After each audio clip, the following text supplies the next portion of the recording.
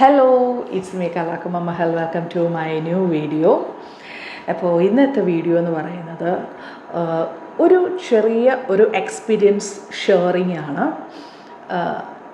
Experience sharing എന്ന് പറയുമ്പം നമ്മളെല്ലാവരും നമ്മുടെ ലൈഫിൽ ശ്രദ്ധിക്കേണ്ടതും അറിഞ്ഞിരിക്കേണ്ടതുമായിട്ടുള്ളൊരു ഇമ്പോർട്ടൻ്റ് കാര്യം. അത് എനിക്ക് വന്ന് ഭവിച്ചപ്പോൾ അതിൻ്റെ ആഴമല്ല എന്നുണ്ടെങ്കിൽ അത് എങ്ങനെയാണ് എഫക്റ്റ് ചെയ്യുന്നത് എന്ന് എനിക്ക് എൻ്റെ ലൈഫിൽ കൂടി എനിക്കത് മനസ്സിലാക്കാൻ പറ്റിയത് കൊണ്ടാണ് ഇങ്ങനെ ഒരു വീഡിയോ ചെയ്തിടാമെന്ന് വിചാരിച്ചപ്പം ഈ ചാനലിൽ വീഡിയോ ചെയ്ത് തുടങ്ങുമ്പോൾ എനിക്ക് വലിയൊരു ആഗ്രഹം ഉണ്ടായിരുന്നു.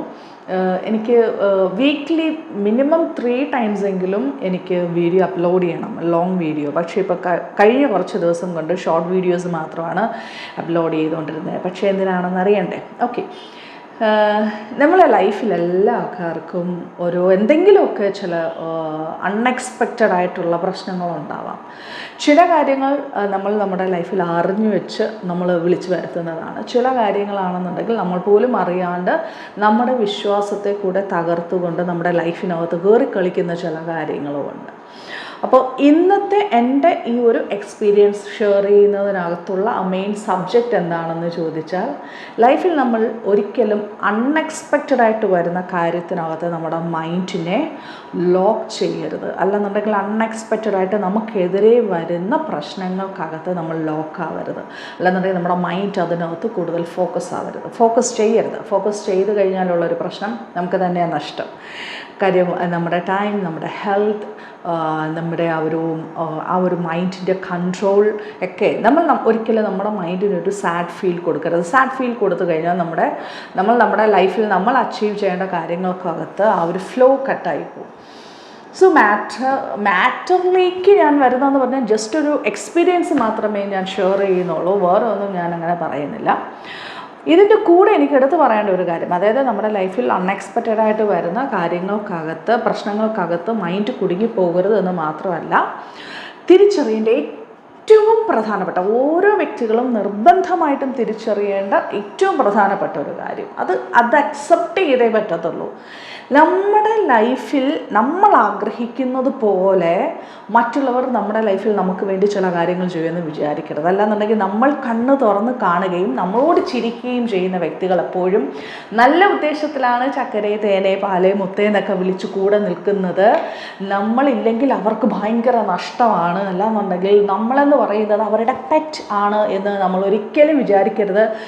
ആരിൽ നിന്നും എപ്പോൾ വേണമെന്നുണ്ടെങ്കിലും ഒരു പണി പ്രതീക്ഷിച്ച് വേണം നമ്മൾ ലൈഫ് കൊണ്ടുപോകാൻ. അതെന്തിനാണ് ഓൾറെഡി പ്രതീക്ഷിക്കുന്നതെന്ന് പറഞ്ഞാൽ, ഒരാളിൽ നിന്നിട്ട് ഒരു പണി വരും, എപ്പോഴെങ്കിലും ഇയാളിൽ നിന്നിട്ട് ഒരു പണി വരാൻ സാധ്യതയുണ്ട് എന്ന് നമ്മൾ വിചാരിക്കുകയാണെങ്കിൽ, ആ ഒരു മൈൻഡ് സെറ്റോടു കൂടി നമ്മൾ ഇരിക്കുകയാണെന്നുണ്ടെങ്കിൽ നമുക്ക് പെട്ടെന്ന് ഉണ്ടാകുന്ന ഒരു ഷോക്കിൽ നിന്നിട്ട് നമുക്ക് രക്ഷപ്പെടാൻ പറ്റും.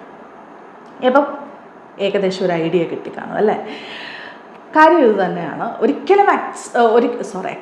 ഒരിക്കലും എക്സ്പെക്റ്റ് ചെയ്യാത്ത ഒരാളിൽ നിന്നിട്ട് ഉണ്ടായ ചില അലിഗേഷൻസ്, ഒരിക്കലും എക്സ്പെക്റ്റ് ചെയ്യാത്ത വ്യക്തി. കാര്യം നമ്മളോട് സംസാരിക്കുമ്പോൾ ഭയങ്കര ചിരിച്ചിട്ടാണ് സംസാരിക്കുന്നത്, ഭയങ്കര പോസിറ്റീവ് എനർജിയിലാണ് സംസാരിക്കുന്നത്, ഭയങ്കര പോസിറ്റീവ് മൈൻഡിലാണ് സംസാരിക്കുന്നത്. മോനെ, കുട്ട, ഇങ്ങനെയൊക്കെ ഭയങ്കരമായിട്ട് പോസിറ്റീവായിട്ട് നമ്മളെ ഇൻഫ്ലുവൻസ് ചെയ്യുന്ന രീതിയിലാണ് സംസാരിക്കുന്നത്. അപ്പം നമ്മളെന്താ ചെയ്യുന്നതെന്ന് ചോദിച്ചു കഴിഞ്ഞാൽ, ഓക്കെ, നമ്മൾ അങ്ങ് 100% കണ്ണും കൂടി അങ്ങ് വിശ്വസിച്ചിട്ട് ഇയാൾ എനിക്ക് ഏറ്റവും പ്രിയപ്പെട്ടതാണെന്ന് വിശ്വസിക്കുമ്പോൾ നമ്മുടെ കൂടെ ചിരിച്ച് ആ ഒരു ഫേസ് മാസ്ക് അണിഞ്ഞ് നിൽക്കുന്നത് എന്തിനാണെന്ന് പറഞ്ഞു കഴിഞ്ഞാൽ, the purpose is only for cheating.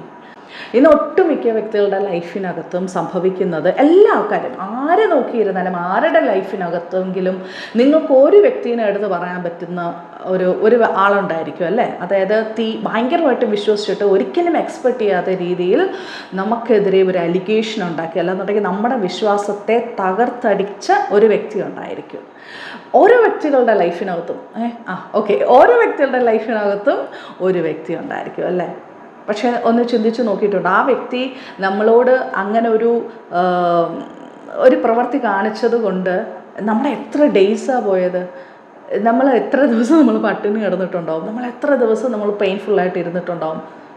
ഇങ്ങനെ കാണിച്ചല്ലോ, അല്ലെങ്കിൽ ഇങ്ങനെ ആയിപ്പോയല്ലോ, ഞാനിങ്ങനെയല്ലല്ലോ കരുതിയത്. സോ നമ്മൾ തിരിച്ചറിയേണ്ട ഒരു ഇമ്പോർട്ടൻ്റ് ആയിട്ടുള്ളൊരു കാര്യം, ലൈഫിൽ മസ്റ്റായിട്ട് തിരിച്ചറിയുക, ഒരു വ്യക്തികളും എക്കാലവും ആജീവനാന്ത കാലം നമ്മുടെ കൂടെ നമുക്ക് വേണ്ടിയിട്ട് നിൽക്കുമല്ല നടക്കുക, നമ്മുടെ കൂടെ നമ്മുടെ കാര്യങ്ങൾ നോക്കി നമ്മളെ പൊന്നേ ചക്കരയെന്ന് പറഞ്ഞ് മുത്തേന്ന് പാലും തേനും ഒളിപ്പിച്ച് നിൽക്കുന്ന പോലെ നിൽക്കുമെന്ന് ആരും വിചാരിക്കരുത്. ഏത് സമയത്തും നമുക്ക് ആരിൽ നിന്നിട്ടും നമുക്കെതിരെ ഒരു പ്രശ്നം വരാം.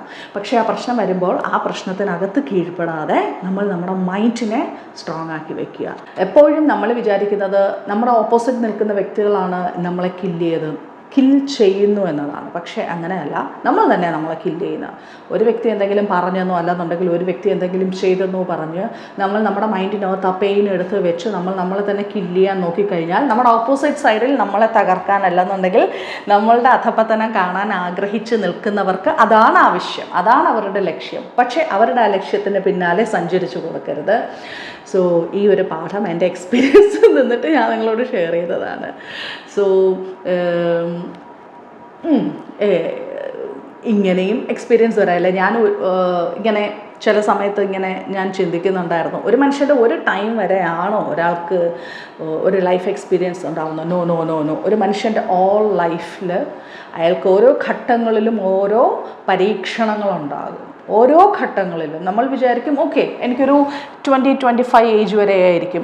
ചില ആൾക്കാർ വിചാരിക്കും ഓക്കെ എനിക്ക് 35-ാമത്തെ വയസ്സിൽ എൻ്റെ അവസാന പരീക്ഷണമായിരിക്കും. നല്ല ഒരു മനുഷ്യൻ ജീവിച്ചിരിക്കുന്നിടത്തോളം കാലം പല വ്യക്തികളിൽ നിന്നിട്ടും പല സാഹചര്യങ്ങളിൽ നിന്നിട്ടും നമുക്കിങ്ങനെ പരീക്ഷണങ്ങൾ നേരിട്ട് കൊണ്ടേയിരിക്കും. ആ പരീക്ഷണങ്ങളെ അതിജീവിക്കാൻ നമ്മൾ നമ്മുടെ മൈൻഡിനെ എങ്ങനെ സെറ്റ് ചെയ്യുന്നു? മേ ബി നമ്മുടെ മൈൻഡ് എവിടെയെങ്കിലുമൊക്കെ ഒന്ന് കൊളാപ്സ് ആവാൻ ചാൻസ് ഉണ്ട്. ഇനി ഉറപ്പുള്ള വ്യക്തിയാണെന്നുണ്ടെങ്കിലും കൊളാപ്സ് ആവാൻ ചാൻസ് ഉണ്ട്. പക്ഷേ ആ കൊളാപ്സ് ആകുന്ന സമയത്തും ഒരു റിയലൈസേഷൻ ഒരു മനുഷ്യന് വളരെ അത്യാവശ്യമാണ്. ബിക്കോസ് ഒരു വ്യക്തി നമ്മളെ ഹൈലൈറ്റ് ചെയ്യുന്നത് നെഗറ്റീവായിട്ടാണെങ്കിൽ, ഒരു വ്യക്തി നമ്മളെ നെഗറ്റീവായിട്ട് ഹൈലൈറ്റ് ചെയ്തു എന്ന് പറഞ്ഞിട്ട് തീർന്നു പോകുന്നതല്ല ലൈഫ് എന്നുള്ള കാര്യം ഒന്ന് മനസ്സിലാക്കിയാൽ നല്ലത് എന്ന് ഞാൻ എന്നോട് പറഞ്ഞു. ഞാൻ എന്നെ തന്നെ മനസ്സിലാക്കിപ്പിച്ചിട്ടാണ് ഞാൻ ഈ വീഡിയോ ചെയ്യുന്നത്. സോ നമുക്ക് അടുത്ത സബ്ജക്റ്റുമായിട്ട് നമുക്ക് അടുത്ത ദിവസം വേറെ ഒരു വീഡിയോയിൽ കാണാം. അപ്പം എല്ലാവരും ഹാപ്പി ആയിട്ടിരിക്കുന്നു എന്ന് വിശ്വസിക്കുന്നു. എല്ലാവരും ഹാപ്പി ആയിട്ടിരിക്കുക. Be happy and B strong and blessings.